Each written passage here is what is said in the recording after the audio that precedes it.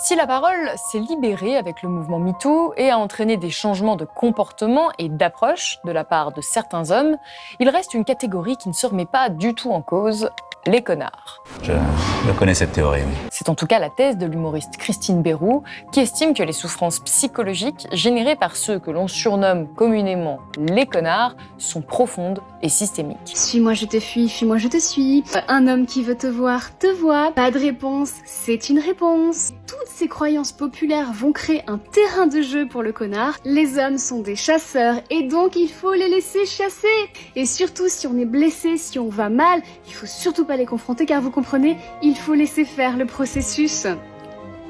Dans son nouveau livre, cette humoriste piquante explore les tenants et les aboutissants de ces relations hommes-femmes toxiques. Pour ce faire, elle part de son histoire personnelle et évoque avec humour les pièges qu'elle aurait souhaité éviter.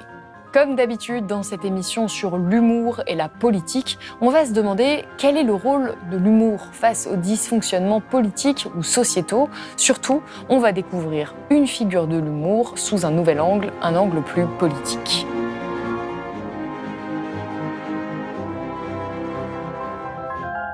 Christine Béroux, bonjour. Bonjour Salomé Saké. Vous êtes humoriste, chroniqueuse et écrivaine. Tu peux me tutoyer. On se tutoie, ouais, très bien. Quand même. C'est les humoristes, ça fait plusieurs fois que ça m'arrive. Donc tu es humoriste, chroniqueuse et écrivaine. Tu viens de publier Le jour où j'ai rencontré le connard de trop aux éditions First. Et alors, comme à chaque fois dans cette émission, on va essayer de revenir un petit peu sur ton parcours, essayer de comprendre qui tu es. Tu es né à Quimper, en Bretagne, et t'es pas tout de suite allé dans le monde de l'humour. Tu as commencé dans le journalisme. Alors, comment est-ce qu'on passe du journalisme à l'humour ? Déjà, c'est comment on passe de l'humour au journalisme et du journalisme à l'humour, parce que moi, j'ai toujours voulu faire des blagues depuis que je suis vraiment toute petite. Et je me suis dirigée vers le journalisme pour faire plaisir un peu à mes parents, et parce que c'était encore ça restait de l'écriture. Et je me suis dit, bon, en attendant, et en fait, ça allait très très vite. J'ai eu du travail très vite, j'ai eu des CDI très vite. Dans le journalisme ? Ouais. Dans quelle radio ? Je travaillais pour le groupe Ouest France, mais en Vendée. Donc, tu vois, c'était pas non plus Télérama, tu vois. Mais très vite, je me suis retrouvée enfermée dans un bureau à suffoquer et à réaliser que c'était pas du tout ça que je voulais faire. Mais j'étais très émue tout à l'heure. Vous étiez en conférence de rédaction et ça m'a rappelé des bons et des mauvais souvenirs. Parce que je me disais... Parce que t'es arrivée au milieu de la conférence de rédaction. On était en retard. Angoissée. Je me suis dit, oh non, je ne veux pas retrouver la vie d'avant. Mais ça va, on est là et on parle d'humour maintenant. Et donc, à quel âge tu t'es vraiment lancée dans l'humour ? 2007, j'étais journaliste au journal du Pays Lyonnais. Je m'occupais, tu vois, des pages politiques. Donc déjà, il y avait quand même une appétence pour la politique. Bah mine de rien, oui. Ouais. Et puis il y a le festival Juste pour rire qui s'est installé à Nantes, donc vraiment pas très loin. Et puis je reçois le dossier de presse avec la programmation et un concours de jeunes talents. Et là, ça m'appelle. Et je me suis dit, allez, je m'inscris. Alors que t'as quel âge à ce moment-là ? 2007, j'ai 25 ans. D'accord. Donc là, moi, je suis censée faire un article et au lieu de ça, j'envoie ma candidature, je suis sélectionnée et j'arrive en finale de ce concours. Et je rencontre les humoristes de ma génération, Baptiste Le Caplin, Verino, qui font aussi ces concours de jeunes talents et avec qui je vais continuer plus tard. Et là, je me dis, non, mais c'est cette famille à laquelle j'appartiens. Et après, j'ai démissionné, mais un mois plus tard, un matin, j'ai appelé, j'ai dit, je viendrai plus, en fait. Donc, saut dans le vide, quand même. Ouais, mais en fait, on m'a souvent dit, quel courage d'être partie, mais en fait, il m'aurait fallu plus de courage pour rester. Parce que rester dans un environnement qui n'est pas le tien, qui te rend vraiment littéralement malade, tant tu sais que tu n'es pas à ta place. Non, plus meilleure décision de ma vie. Il faut s'écouter. Alors, je dis aux gens, non mais c'est vrai, les gens ne s'écoutent pas assez, il faut s'écouter, c'est très important. Et donc, il y a quand même quelques années difficiles, j'imagine, pour commencer, ou est-ce que ça décolle quand même assez rapidement ? J'ai mis 2 ans un peu à galérer. Je suis montée à Paris, comme on dit, assez rapidement, mais j'ai eu de la chance. J'ai trouvé des appartements assez rapidement, des petits jobs assez rapidement. J'ai fait des animations commerciales, des trucs. Et puis, c'était les débuts des scènes ouvertes à Paris. Donc, il y avait des scènes ouvertes très bienveillantes, très sympathiques, qui ouvraient ça et là, où on pouvait aller tester 5 minutes, 10 minutes de blagues. Et c'est là, encore une fois, que j'ai rencontré ma famille.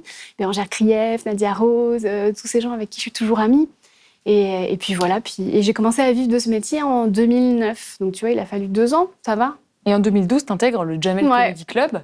Mais avant, je veux bien sûr répondre à la question que tout le monde se pose depuis que je suis arrivée. Oui, tout à fait.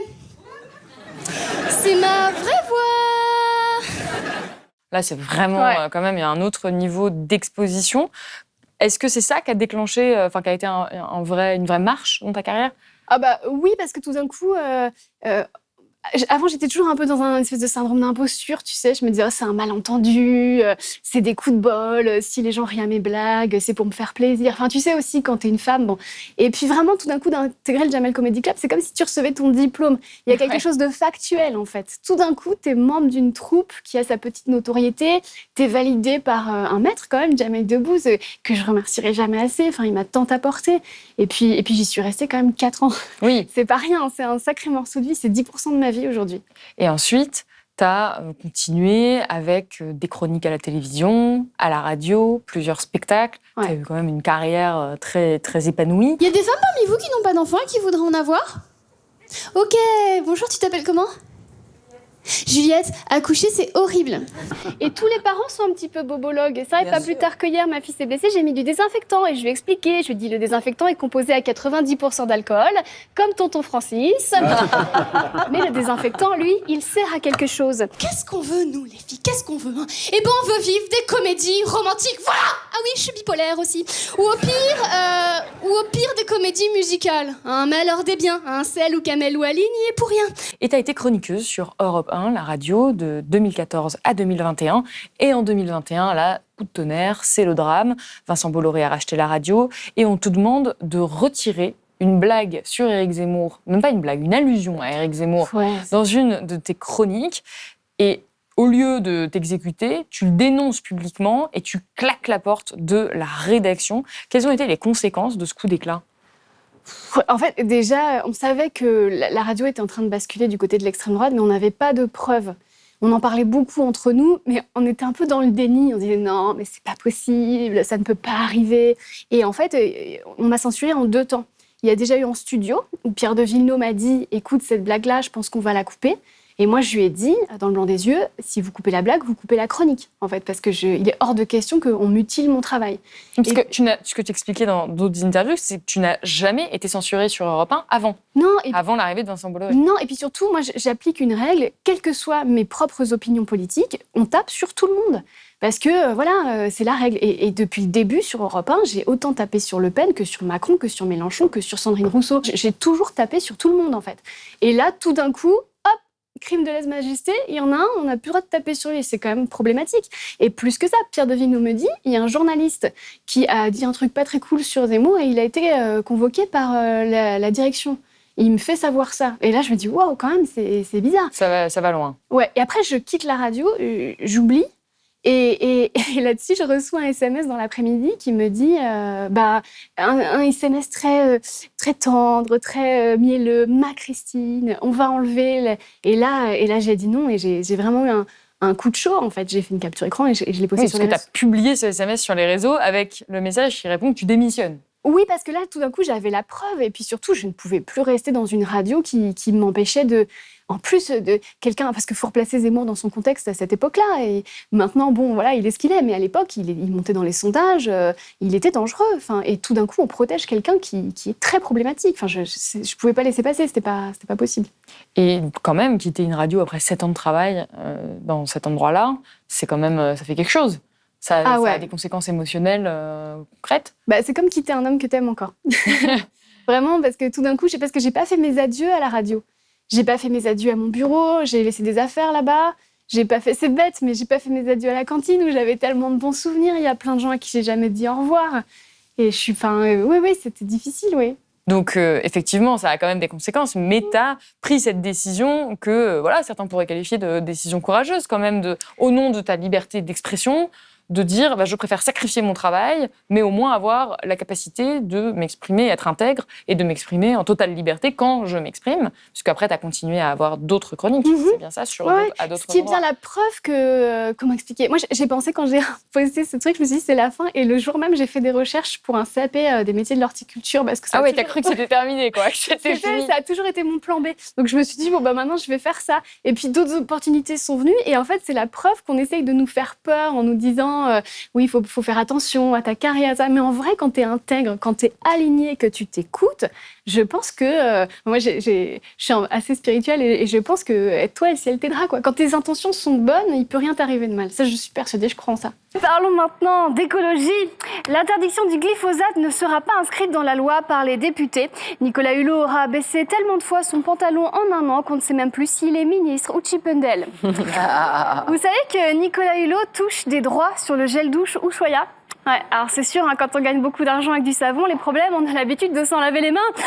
Parce que tu vois, t'as compris, Chantal? Ok, bon. Olivier Véran préconise d'éteindre le Wi-Fi alors qu'il est pour les jets privés. À l'échelle de l'absurdité, Olivier Véran c'est un petit peu un vegan qui voudrait faire un CAP charcuterie. En tout cas, tu as quand même des idées politiques. Tu as commencé à les évoquer. Et toi, tu penses qu'il ne faut pas exprimer tes idées politiques dans ton travail, mais qu'il faut taper sur tout le monde politiquement? Bon, comme tu sais, je suis plutôt de gauche.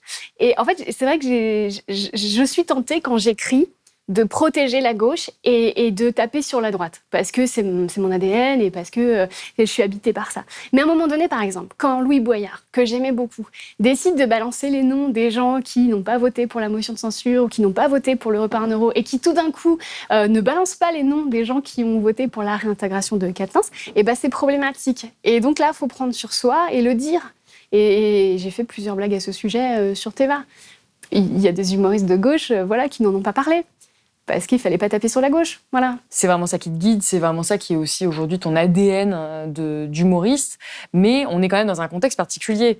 Il y a une montée des inégalités sociales qu'on a maintes fois documentées à Blast. Évidemment, un énorme problème de réchauffement climatique, de perte de la biodiversité qui sont extrêmement préoccupants. Il y a la montée de l'extrême droite. Et il y a certains humoristes que moi j'ai reçus sur ce plateau ici à Blast qui me disent que c'est le rôle des humoristes aussi d'informer les gens, aussi de se positionner comme un contre-pouvoir. Toi, qu'est-ce que tu réponds à ça? Le fou du roi, à la base, il était là pour contrebalancer le roi. Et c'était le roi qui choisissait le fou du roi. Et le fou du roi avait le droit de dire tout ce qu'il voulait. Il était là pour aussi assainir le terrain, pour faire en sorte que le roi ne se prenne pas trop au sérieux. À la base, c'est ça la genèse de l'humour. Moi, je pense qu'avant d'être humoriste, on est aussi des êtres humains et qu'on est titillés par des choses qui nous agacent et qui nous révoltent. Sauf que nous, on a un truc en plus qui est non seulement l'humour, mais aussi, pour la plupart d'entre nous, on a des tribunes, on est médiatisés. Donc de là, oui, je pense qu'on a une responsabilité, mais je pense, en fait, on se pose souvent la question, peut-on rire de tout? Moi, je pense que la question, c'est comment tu en ris. Et moi, je pense qu'une bonne blague, un bon sketch, une bonne chronique doit venir de la nécessité. C'est-à-dire que quand tu le dis, c'est que tu as un message à passer. Tu le fais pas pour créer un buzz. Tu le fais pas pour être méchant. Tu le fais pas parce que tu as trouvé un bon mot et que oui, c'est peut-être un peu gratuit, mais bon, allez, une blague sur Marlène Schiappa, ça passe toujours, etc. Non, tu le fais parce que tu as quelque chose à dire et que tu as un point de vue. Parce qu'une bonne vanne, c'est avant tout un axe. C'est avant tout une prise de recul. C'est ça, moi, que je défends. Il n'y a rien qui m'énerve le plus en humour que la gratuité. C'est-à-dire vraiment de taper sur quelqu'un pour taper sur quelqu'un, en fait. Je pense qu'une bonne vanne doit poser une question et amener une réflexion. Et souvent, quand il y a un humoriste qui dégage un capital sympathique, que tu as juste envie d'aller voir, quelquefois, quand il y a une idée qui est bien amenée, moi, je crois en l'humour par la démonstration. Et c'est pour ça que j'aime beaucoup les stand-uppers américains, parce qu'ils sont très forts avec ça. Ils ont une idée, ils vont t'expliquer pourquoi ils ont raison. Et après, c'est imparable. Par exemple, moi, dans mon spectacle, je parle du fait que les Disney sont sexistes. Et je fais une démonstration de par le fait que c'est tellement sexiste que tu peux pas inverser les rôles hommes et femmes. Par exemple, tu peux pas faire le beau et la bête, parce que ce serait bizarre un mec qui tombe amoureux d'une femme mi-princesse, mi-Sébastien Chabal. Tu vois, et je décline tout comme ça. Rien ne va. Cendrillon, La Belle au bois dormant, La Petite Sirène, c'est impossible. Ça marche pas dans les deux sens. Je l'explique dans mon spectacle. Et là, à la fin, les gens ne peuvent plus ne pas être d'accord avec moi. Et ça, je crois en ça. C'est-à-dire, à partir du moment où tu démontes par A plus B, par l'humour, qu'il y a un dysfonctionnement, bah, t'as tout gagné. Et je pense que les bons humoristes politiques, c'est ceux qui arrivent à faire ça. C'est-à-dire à prouver par l'humour qu'une chose n'est plus acceptable. Et c'est ça l'humour politique de qualité, je pense. Tu vois, par exemple, typiquement, je parlais de Marlène Schiappa. Comme Marlène Schiappa, elle a posé dans Playboy. Donc là, forcément, on a eu plein de blagues en tout genre, etc. Mais elle fait ce qu'elle veut, c'est une femme, elle fait ce qu'elle veut. La vraie question, c'est pourquoi elle le fait. C'est pour faire diversion, parce qu'en fait, elle est accusée de détournement de fonds. C'est ça qu'il fallait voir, et c'est là-dessus qu'il fallait plaisanter. C'était pas des blagues sur son physique, ou c'était pas des blagues sur les poses. Le livre de Bruno Le Maire, En fait, oui, il a écrit sur la sodomie, etc. Bon, bah évidemment, c'est caviar pour les humoristes, mais c'est pas ça la question. La question, c'est qu'il écrit ça et qu'il est fier de ça, alors qu'on est en train de traverser une crise sociale et que surtout, il a pas du, enfin, voilà, la qualité de son écriture est relativement médiocre et que lui, il a le passe-droit d'être publié, alors qu'il y a des tas de gens qui écrivent mieux et qui sont pas publiés. C'est ça qu'il faut voir au-delà du haha. Il a dit anus. Tu vois ce que je veux dire? En tout cas, dans différents spectacles et sketchs et livres, tu abordes la question des relations hommes-femmes, la question du féminisme, des inégalités qu'on peut rencontrer. Du coup, moi, ce soir, je vais vous parler d'un sujet dont aucun humoriste au monde ne parle. Je vais vous parler des rapports entre les hommes et moi. Au début, c'était compliqué parce que j'étais dépendante affective. Je ne sais pas si vous connaissez cette névrose. Ça veut dire que j'avais besoin de l'amour des gens, mais surtout de ceux qui ne veulent pas me le donner. Voilà. Pour une fille, on dit dépendante affective, et pour un garçon, on dit violeur. Et là, aujourd'hui, j'ai envie de te parler de ton livre que tu viens de sortir. Donc, Le jour où j'ai rencontré le connard de trop, aux éditions First. Donc, c'est vraiment un livre plein d'humour, mais où j'ai trouvé qu'il y avait quand même réellement une réflexion, un message sur, dans l'ère post-MeToo dans laquelle nous nous trouvons, où il y a eu quand même une remise en question de beaucoup de comportements qui, notamment, impliquent des violences sexuelles ou du harcèlement sexuel.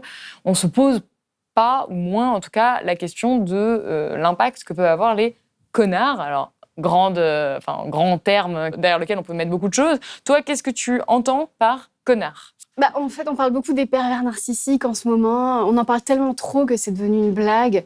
Blanche Gardin le disait dans son spectacle, je viens de rencontrer un pervers narcissique. Apparemment, c'est ce qu'on dit maintenant quand on s'est fait larguer. C'est-à-dire qu'en fait, on parle tellement des pervers narcissiques qu'on leur enlève leur valeur, alors que c'est également un vrai problème. Moi, je dis que les connards, c'est la Ligue 2.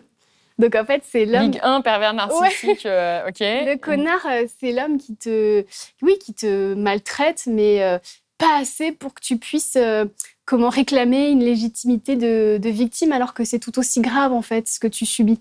Alors là, ce que tu décris dans le livre, c'est quand même des maltraitances. En tout cas, moi, j'ai eu la sensation des maltraitances psychologiques. Mais c'est les lectrices qui me font réaliser. En fait, là, je suis en train de conscientiser que quand j'ai écrit le livre, soit j'étais encore un petit peu sous emprise, soit je voulais pas écrire quelque chose de trop à charge.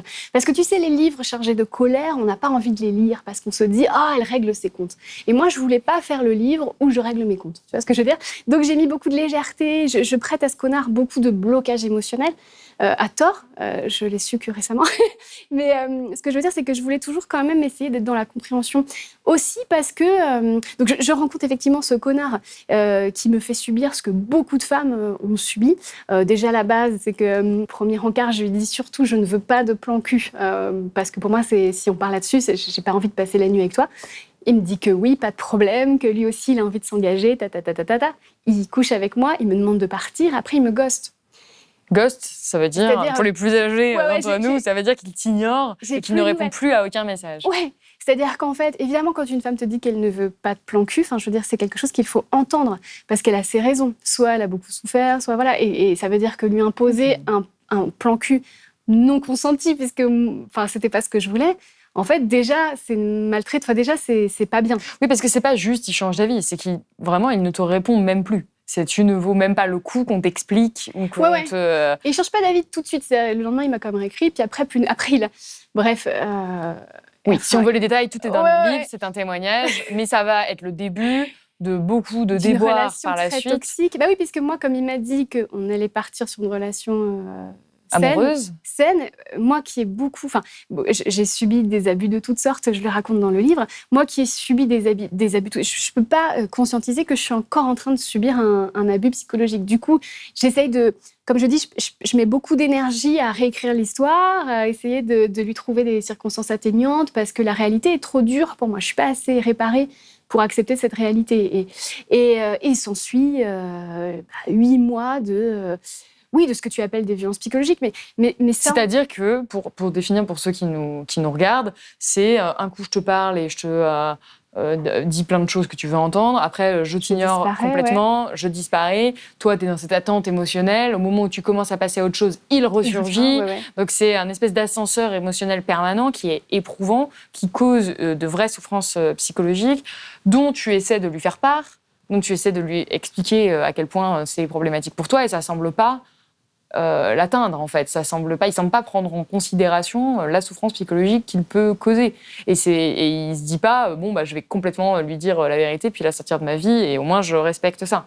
Oui, complètement. Et puis quand on parle de violence psychologique, ça veut dire quoi? Ça veut dire que moi, je passe aussi mon été à dire qu'est-ce que j'ai fait? Qu'est-ce que j'ai fait de mal? Et tu le sais, Salomé, c'est que déjà, nous, les femmes, on nous apprend à nous taire, à cacher nos émotions, à nous dire aussi que c'est toujours, à nous de faire des efforts.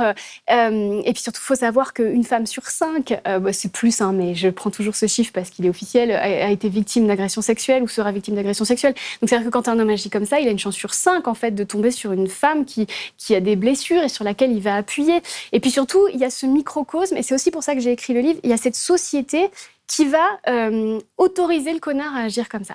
Ça passe par des adages. Par exemple, suis-moi je te fuis, fuis-moi je te suis, qui va nous enseigner un peu tacitement qu'il y a un espèce de jeu de chat à la souris, ce qui est extrêmement cruel. On va nous dire pas de réponse, c'est une réponse. Non, pas de réponse, c'est un manque de respect, en vérité. Et puis, il y a des coachs qui pullulent sur les réseaux sociaux. Je parle toujours d'Alexandre Cormon parce qu'il me révolte. C'est-à-dire, en fait, c'est un homme sur TikTok qui passe son temps à dire aux femmes « laissez-nous respirer, mesdames, laissez-nous de la place. Quand un homme prend de la distance, laissez-le prendre de la distance. » Si vous voulez prendre de la distance, vous pouvez être présent 2 à 3 fois par semaine, grand maximum. Vous allez prendre du temps avant de répondre. Vous allez challenger les propositions. Si la personne veut vous voir, qu'est-ce qu'elle a en tête? Jamais de ma vie, je me serais dit que c'est important de vous apprendre à ne pas être trop gentil, trop acquis, trop en demande, trop à chouchouter la personne que vous avez en face de vous. Mais force est de constater, écoutez bien ce que je vais vous dire les amis, c'est la méthode qui apporte le plus de résultats à mes coachés. Mais est-ce qu'il sait à qui il s'adresse? Il s'adresse à une communauté, nous les femmes, qui, depuis la nuit des temps, devons toujours nous taire, en fait. Et donc, on nous demande encore de nous taire. Je veux dire, je sais pas combien... Non, mais surtout que toi, tu ne demandes pas à ensevelir un homme d'émotions. Tu demandes juste une communication émotionnelle. Ouais, c'est ça, la base. Et puis surtout, même en demandant le minimum, j'avais toujours l'impression, tu sais, je le dis dans le livre, j'avais peur de passer pour une folle, j'avais peur de passer pour une hystérique. Aussi parce que j'ai grandi aussi dans une famille où, je le raconte, mes émotions n'avaient pas de valeur. J'ai subi des abus, on ne m'a pas protégée. On arrive dans la vie, on est très nombreuses à avoir vécu ça, on arrive dans la vie en pensant que c'est ça l'amour, en fait. Donc quand on tombe sur un mec qui est comme ça, donc forcément, on va lui laisser beaucoup de crédit parce que nous, c'est ce qu'on a connu. Et en fait, il faut enrayer ce processus. Il faut que les hommes prennent conscience que c'est pas OK. Parce que nous, les femmes, on a beaucoup de mal à admettre que c'est pas OK puisqu'on a été élevés comme ça et qu'on nous baigne là-dedans. Là, ça va être un travail d'équipe. Il faut que la prise de conscience, elle soit aussi masculine. Parce que sinon, les choses ne changeront jamais. Alors, je tiens à préciser que là, on parle d'hommes et de femmes, de violences d'hommes envers les femmes. Toi, tu détailles et tu expliques dans ton livre, et tu le précises en préambule, que ce n'est pas des comportements qu'on retrouve uniquement dans ce sens-là. Il y a aussi des femmes, alors qui sont souvent minoritaires, mais ça existe, qui vont faire exactement l'inverse envers des hommes, qui vont, eux, être dans cette attente, qui vont, eux, être sous emprise, que l'emprise existe aussi dans le sens, et c'est important de le préciser, pour pas que, justement, on te dise non, mais quand même, on peut pas dire ça. Par contre, ce qui est intéressant, c'est que tu donnes aussi des chiffres, tu donnes aussi ce contexte patriarcal qui explique qu'en tendance, c'est quand même plus les hommes qui ont tendance à faire ça aux femmes, et que les femmes baignent dans une culture qui ne leur permet pas d'exiger cette communication émotionnelle de base, alors que ça les fait tant souffrir. Et effectivement, moi, dans ton récit, c'est vraiment un témoignage qui est drôle, en réalité, parce que tu mets de l'humour, tu es humoriste. Donc, c'est enrobé d'humour, de petites phrases, de blagues, mais quand même, on comprend que l'histoire que tu as traversée est douloureuse. Et moi, cette histoire, je l'ai entendue 200 fois. Dans la bouche de mes amis, dans mon entourage féminin. C'est quand même des comportements qu'on retrouve énormément, ces hommes qui vont utiliser une femme pour avoir des rapports sexuels avec elle, et puis qui après vont la garder un petit peu dans le coin pour au cas où ils ont envie de se faire plaisir, et vont n'avoir que faire de l'état émotionnel dans lequel elle se trouve. Et parce qu'on est beaucoup, on se dit que c'est normal. Parce que Marie a connu ça, parce que Caroline a connu ça, parce que Sarah a connu ça. Ah bah, on vit tout ça, donc ça doit être que c'est l'ordre des choses. Bah non, en fait. Mais je pense que ce serait intéressant dans les commentaires, s'il y a des femmes qui nous regardent, qu'elles nous parlent un petit peu de leur expérience, si elles aussi, elles ont vécu ce phénomène au moins une fois dans leur vie de cet homme qui, encore une fois, cause des souffrances. C'est pas juste il m'a couché avec moi et puis il m'a plus répondu une fois. C'est on reste sous emprise. Et c'est tellement un phénomène qu'il y a un vocabulaire qui va avec. Donc maintenant, on va parler d'orbiting, on va parler de needy, de ghosting. J'ai appris un nouveau mot, du coup, j'ai pas pu le mettre dans le livre, c'est love bombing. Love tu bombing, connais? Non, mais oui. c'est incroyable. Et Le aussi, love bombing, juste on explique Ouais. pour ceux qui nous regardent, c'est le fait de donner à quelqu'un des quantités immenses d'amour, pour obtenir de ce qu'on preuves veut, d'attention Ouais. pour obtenir ce qu'on veut selon généralement, ce sexuel, puis d'arrêter complètement, Ouais, de c'est ça. disparaître, de se mettre dans une position où on est très froid, très distant, puis revenir Oui, avec c'est d'un ça. coup, et comme on a créé cet état de dépendance et de mais qu'est-ce qui se passe, de revenir sur, on peut dire sa victime, et de la re-inonder d'amour c'est pour ça. redisparaître. Et ça rend dingue. Bah, surtout qu'en Ça fait, rend dingue on la prend personne en face. Oui, parce que moi, encore une fois, j'ai passé des semaines à me dire qu'est-ce que j'ai fait de mal, en fait. Et à me dire, je devais être trop grosse, j'aurais dû faire cette blague. Enfin, je voudrais aussi qu'on parle un petit peu des comédies romantiques, parce que mine de rien, Oui. c'est essentiel. Parce que ça peut paraître anecdotique, mais nous, on nous abreuve depuis l'enfance de comédies romantiques qui ont exactement le même schéma. J'en parle beaucoup dans les livres, je parle de Jane Austen et de Orgueil et Préjugés, parce que Oui, Jane déjà. Austen, même si je l'aime beaucoup et que j'ai donné son prénom à ma fille, c'est dire à quel point je l'aime, elle a posé les bases d'un système déviant, c'est-à-dire la femme qui doit attendre, c'est la version un petit peu plus moderne de Pénélope, la femme d'Ulysse, qui doit attendre un homme qui n'est pas forcément correct avec elle. Il y a Marc Darcy est toujours très... c'est pas Marc Darcy, c'est dans Bridget Ouais, Jones. c'est pas- Mais Darcy, d'ailleurs, c'est pas pour rien que Hélène Fielding, elle a repris Darcy dans Bridget Jones, Oui. sans voir le problème. Qui est le Voilà. nom d'un personnage d'un livre de Jane Austen. C'est ça. Et donc ce Darcy, avant tout, c'est un goujat. Et après, on découvre, oh mais non, en fait, c'est l'homme idéal, je n'avais pas compris. Oui, en fait, il y a cette narration qui revient Ouais. très régulièrement dans les comédies romantiques, et il faut rappeler que les femmes à travers le monde sont les premières consommatrices de comédies Ouais. romantiques, qui est que l'homme se comporte extrêmement mal, on se dit mais qu'est-ce que c'est qui ce connard? Justement, c'est un peu souvent ça qu'on va voir chez l'héroïne. Je lis ça, les scènes. Et ça passe de la haine à l'amour. Et ça, c'est vraiment un scénario de base de la comédie romantique où, en fait, derrière ce comportement de goujat, il y avait un cœur tendre et un homme qui a souffert. Ça, c'est un très grand classique et qui, simplement, avait du mal à s'ouvrir, mais en réalité, c'est l'homme parfait. Et ça infuse dans les imaginaires collectifs et ça a pour conséquence que quand on rencontre un goujat, on se dit... Ah, c'est un malentendu, en fait. Peut-être c'est l'homme non, parfait. Et au contraire, pour la goujaterie est le signal que c'est le début d'une belle histoire. Parce que, après, je parle aussi du fait qu'on aime bien raconter notre histoire d'amour aux copines ou aux amis, etc. Et on dit, au début, on s'entendait pas, et puis après, Enfin, tu vois, c'est un ressort Oui, c'est une narration narratif qui marche qui est bien. valorisant, alors qu'à la base, il y a quand même un dysfonctionnement. Le cinéma et la société et tous ces adages dont j'ai parlé tout à l'heure nous maintiennent dans l'idée que c'est normal d'être docile à la goujaterie et à se laisser faire. Non, ce n'est pas normal. Donc, toi, ce que tu fais, c'est que tu racontes, encore une fois, avec humour, mais quand même avec précision, ce qui t'est arrivé, Oui. ce que tu as ressenti, ce qui est parfois difficile, je trouve, à exprimer parce qu'on se dit c'est la honte. En tant que femme, je me suis laissée avoir, je me suis laissée berner. Moi, je trouve qu'il y a quelque chose de difficile à quand même raconter ça publiquement en se disant j'ai pas vu quand même la personne qu'il était réellement, j'ai pas réussi à me prémunir contre ça. Tu le disais juste avant, quand même à un certain âge, je me fais encore avoir. Comment est-ce que c'est possible? Et encore une fois, moi, c'est un récit quand même que j'ai eu la sensation d'avoir beaucoup entendu. Donc il y a toute cette partie de témoignage et ensuite il y a quand même une partie de conseils, Ouais. d'étapes sur comment éviter de se retrouver dans cette situation, encore une fois, quand on soit une femme ou un homme, puisque ça arrive aussi dans l'autre sens. Quels sont les conseils, là, si tu pouvais en donner quelques-uns, pour justement éviter de se retrouver dans ce schéma-là? Éviter le problème. Je suis pas psy, donc vraiment j'ai un Non, regard. tu parles de ton expérience, Ouais, toi, ce qui a marché pour toi. Le problème, c'est qu'à un moment donné, quand on fait ce genre d'expérience, c'est qu'on on est attiré par ce genre d'expérience parce qu'en fait, on n'a pas encore déconstruit certaines choses dans notre tête. Parce qu'en vérité, si j'avais déconstruit ce que j'ai déconstruit plus tard et ce dont je viens de te parler, la vérité, c'est qu'après, j'aurais même pas couché avec lui. Parce qu'en vrai, ce soir-là, il ne m'a posé aucune question sur moi. Le red flag, quand même. Énorme red flag.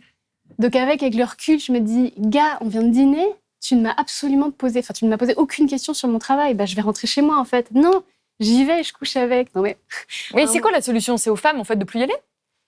Non, mais c'est de conscientiser les red flags et de valider la gravité des red flags, en fait. Red Et flag, surtout- drapeau rouge, Ouais, drapeau- en fait, manière, quand tu vas... alerte. Ouais, le problème, c'est que nous, on dit tout le temps c'est à l'homme de chasser, c'est à nous d'être choisis. Et donc, on va souvent au rencard, je ne fais pas de généralité, mais souvent, nous, femmes abîmées, qui n'avons pas encore fait tout le travail sur nous, on part du principe qu'il faut absolument que l'homme nous choisisse. Je le dis dans le livre, je parle d'une phrase de Coco Chanel où elle dit « Une femme qui n'est pas aimée est une femme nulle ». Et tout le folklore qui va avec cette phrase de la Sainte Catherine, en fait, les femmes de 25 ans qui sont encore toujours célibataires.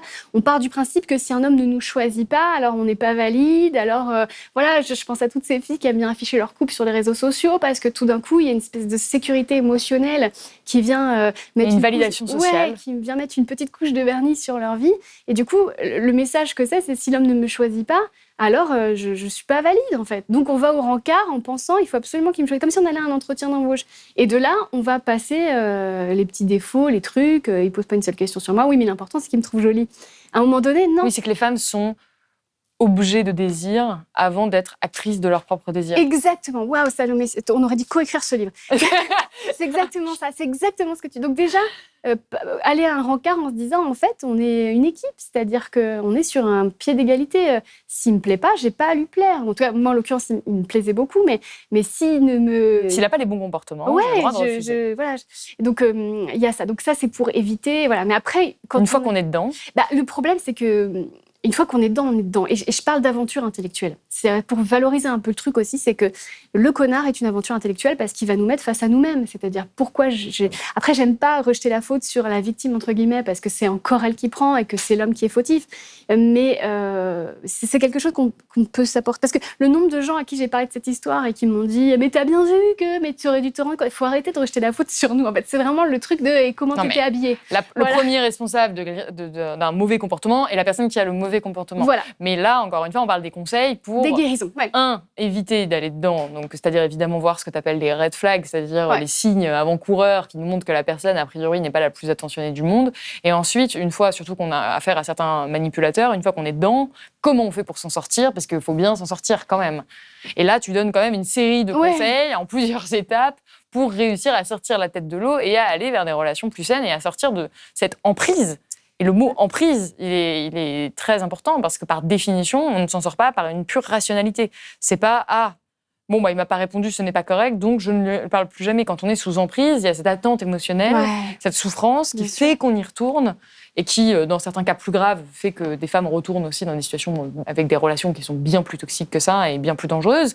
Mais il y a quand même ce phénomène d'emprise qui est important à définir, à identifier, et dont il est fondamental de s'en sortir. Donc, qu'est-ce qu'on fait pour s'en sortir? Déjà, arrêtez d'écouter les adages populaires et les coachs et le bon sens qui te diraient oui, les hommes, il faut leur laisser de la place, il ne faut pas lui courir après, arrêtez de supplier l'amour, etc. À un moment donné, vos sentiments sont légitimes.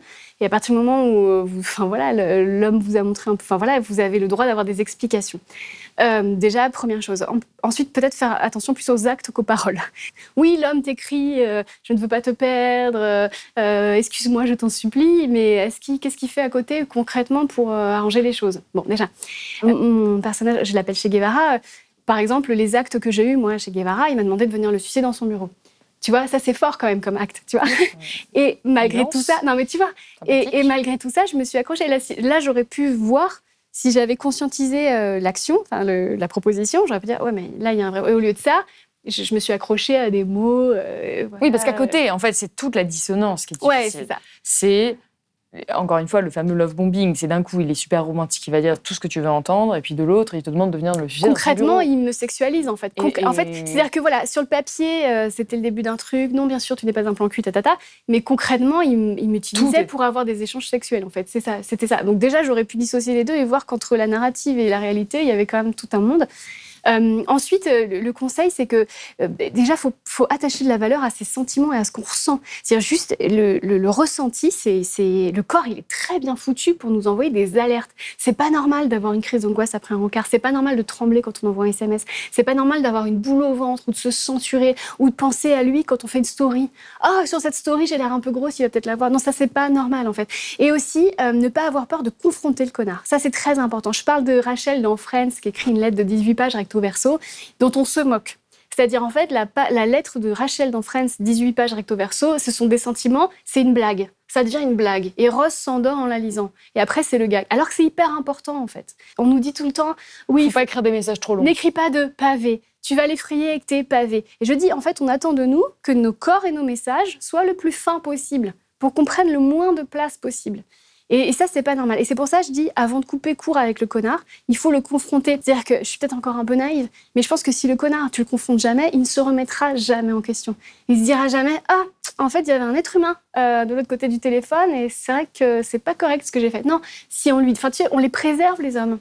Tu sais, on est là, et du coup, ils continuent de faire de la merde, on les préserve tellement. Mais après, c'est vrai que je t'avouerais, il y a eu l'après-livre où en fait, j'ai voulu avoir des réponses. Et donc, Oui, est-ce qu'il a lu le livre? Bah, il dit que oui. Et en fait, tu l'as écrit? Ouais, on a Parce échangé. que quand même, tu as écrit un livre entier sur ta relation avec un homme. Donc j'imagine que quand il doit sortir le livre, il doit pas Mais être devine super... quoi, Salomé, c'est que même après le livre, je lui ai envoyé des textes de psy pour l'aider. Parce que je pensais qu'il avait été abusé ou battu. Parce que pour moi, c'était ma seule explication pour... ce mauvais comportement. Et voilà, parce que pour moi... L'absence d'empathie. Parce qu'en fait, c'est ça que tu décris. Parce que la connardise gratuite, je pouvais pas le conscientiser. Surtout qu'avec mon vécu, le fait que moi aussi, dans mon passé, j'ai été agressée, abusée et qu'on n'a jamais pris ma défense, de voir qu'encore une fois, j'avais été agressée, abusée et que moi-même, je n'avais pas su prendre ma défense, j'allais devenir folle. Et c'est aussi pour ça que j'ai écrit le livre. Donc en fait, quand je suis revenue vers lui avec des textes de psy, en lui disant « Bon, maintenant, dis-moi, est-ce que tu as subi des abus? Est-ce que tu as été agressée ?» Alors non seulement il m'a dit que non, mais en plus, il m'a dit qu'il était en couple et très heureux. Donc là, j'ai réalisé qu'en fait, non seulement il n'avait pas de blocage émotionnel et qu'il pouvait tout à fait s'engager avec une femme, mais qu'en plus, moi, j'étais juste la meuf qui venait le sucer. Enfin, je suis pas allée, hein, mais à qui on propose de venir faire des trucs dans un bureau. Donc, en fait, il y a eu l'après-livre où là, j'ai relu tout le film. Je suis ah oui, donc en fait, c'est un vrai connard, en fait. Oui, parce qu'encore une fois, on le précise, c'est pas le problème d'avoir des rapports sexuels ponctuels. C'est le problème étant qu'on fait croire à l'autre, pour obtenir des rapports sexuels, on fait croire à l'autre qu'on est en train de s'engager dans une relation alors que c'est totalement faux. Oui. C'est ça le cœur du problème que tu décris. Bien sûr, et surtout qu'à la fin, moi, je voulais absolument avoir une rupture. Je voulais vraiment que ça s'arrête, en fait. Et donc, je lui ai dit, dis-moi, et il m'a répondu, non, tu me plais toujours. Et après, je n'ai plus jamais eu de nouvelles.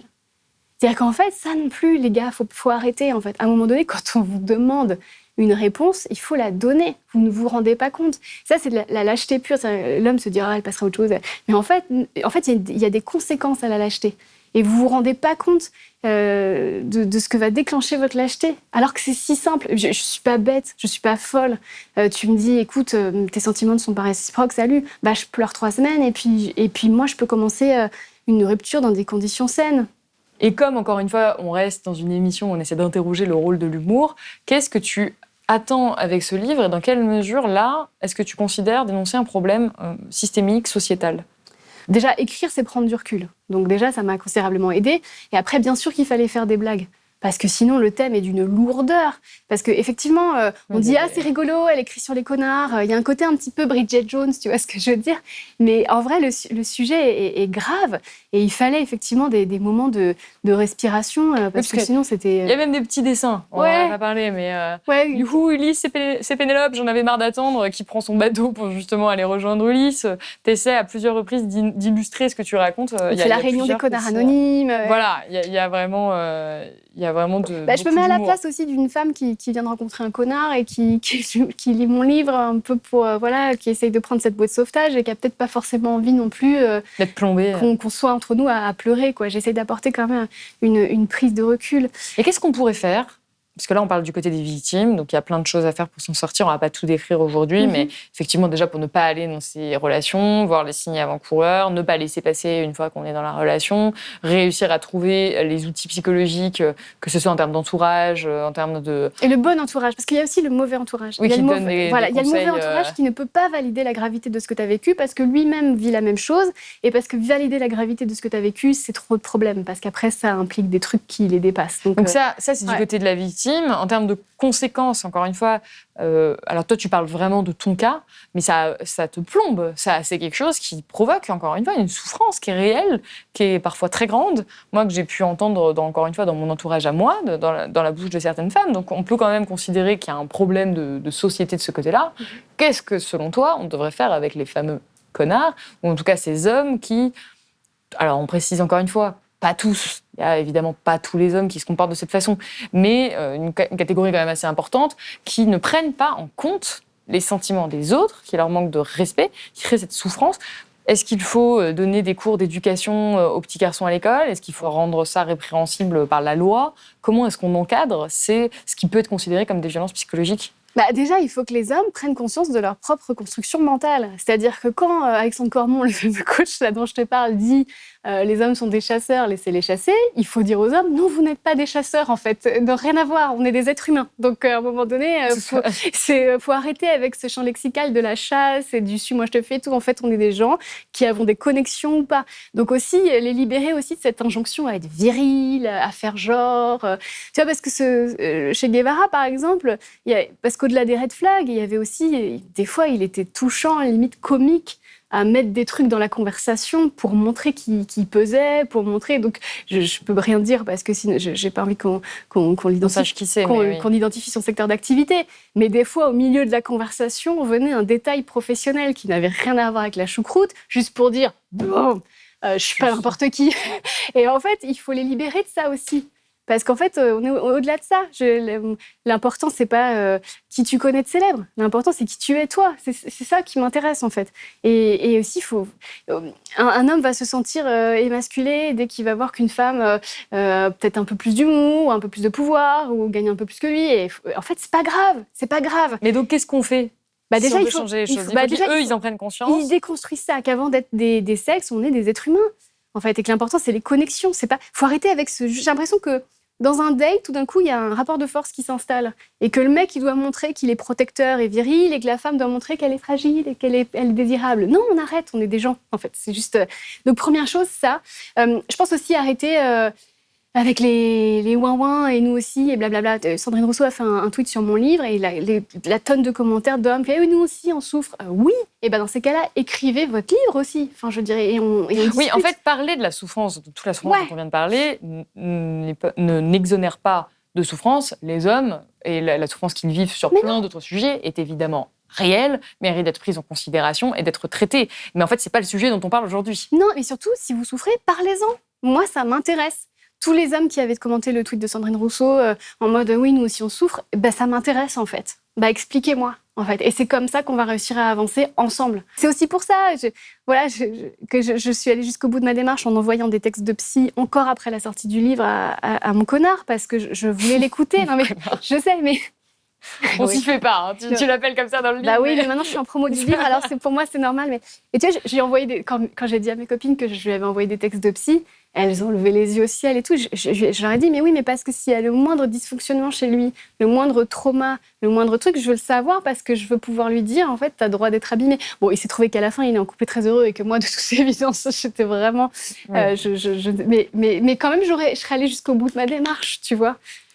En tout cas, c'est un débat qu'on pourrait continuer très longtemps. J'espère qu'il y aura des commentaires un petit peu constructifs et polis, j'insiste. Et que les hommes ne se sentent pas agressés par mon discours, parce qu'encore une fois... C'est pas un livre agressif envers les hommes. Non, pas du tout. Encore une fois, tu le dis, je cherche même beaucoup d'excuses à mon connard, donc ça te fait rire, mais je lui trouve beaucoup d'excuses parce que je veux comprendre et je pense qu'il faut juste... On a des choses à déconstruire.